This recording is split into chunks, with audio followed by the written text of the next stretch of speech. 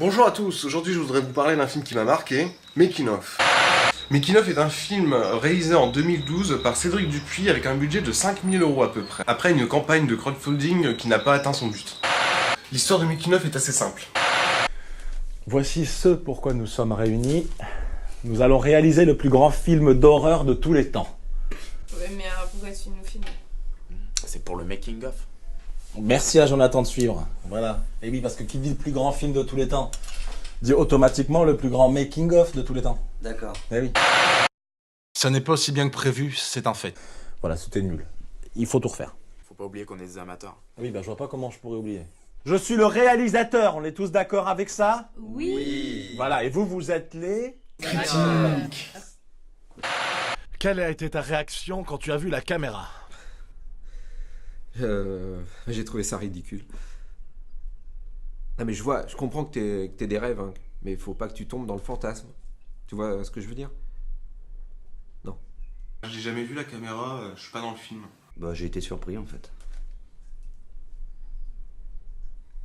Je sais pas. Comme Doudou.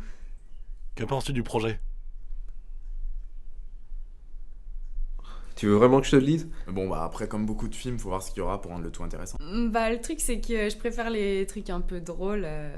Que penses-tu de ton personnage? Ah, je peux que l'aimer, hein. Tu m'as donné le personnage principal, donc...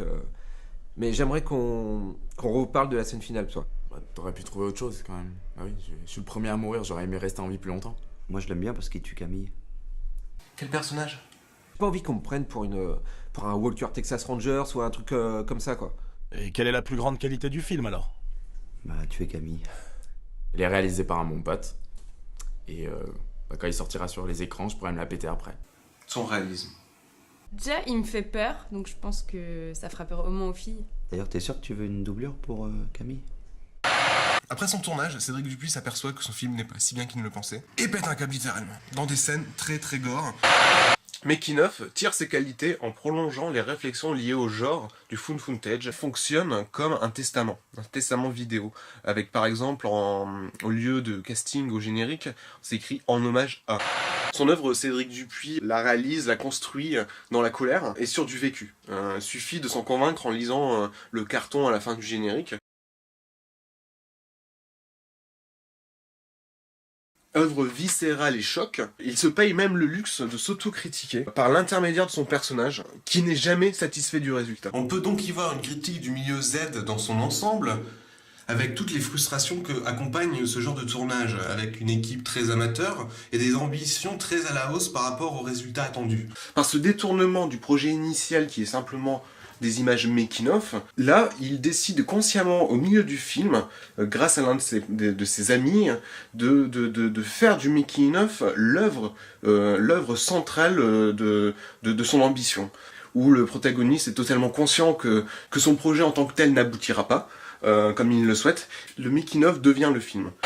Bon, imaginons que tu mettes du tien. Imaginons que t'arrêtes le film. Il te reste encore toutes les images du tournage. Alors, pourquoi ne pas faire juste un making-of? Un film dans le film. Ça marche vachement bien ça. Ouais. Excuse-moi. Mais tu veux que j'arrête de monter mon projet pour monter un reportage sur nous? Puis c'est la première fois qu'on verra directement au cinéma un making-of. Ouais, je t'arrête encore, mais je pense vraiment qu'il y a une bande de cons qui va se casser le cul à se déplacer, payer 8,50 €, faire la queue pour aller voir une bande d'abrutis dans un making-of au cinéma. Ouais, enfin, des cons, il y en aura tout le temps. Mais dis donc, t'es pas en train de me prendre pour un con, là?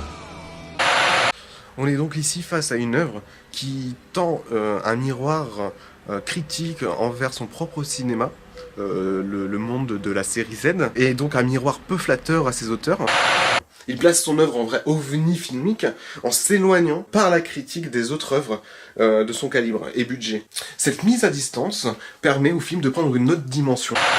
Alors j'aimerais partager avec vous mon expérience du film à mon premier visionnage. Je connaissais déjà de nom le film grâce aux réseaux sociaux. J'avais entendu parler de son projet sur Facebook.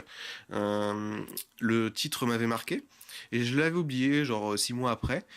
Et en me baladant à Auchan, je tombe dessus en DVD à 2-3 euros. Donc je me précipite, je l'achète et je le regarde.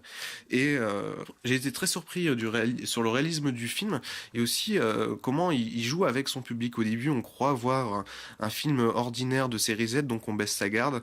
Et progressivement, le film joue avec nous, nous fait croire qu'on verra des mauvais acteurs, un simple making-of d'un film qui aurait mal tourné.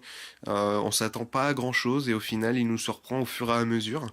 Alors certes, je le répète, il est très gore, très violent, mais ce ne sont pas ses premières qualités. Je tiens à m'excuser auprès des âmes sensibles que j'aurais pu heurter. Et j'imagine déjà les critiques fusées. C'est un scandale, c'est horrifique, c'est une horreur, c'est de la merde, de la violence gratuite, mais enfin, rien n'est gratuit dans la vie. Alors, pourquoi violence gratuite? Et puis si vous êtes resté jusqu'à maintenant, c'est parce que vous voulez voir ça. Donc voilà, si j'ai eu envie de faire une vidéo critique du film Making of, c'est avant tout pour le faire découvrir au plus grand nombre, parce qu'il n'est pas trop connu étant donné que c'est un film de série Z, qui parle de la série Z, des acteurs de la série Z et des conditions des séries Z.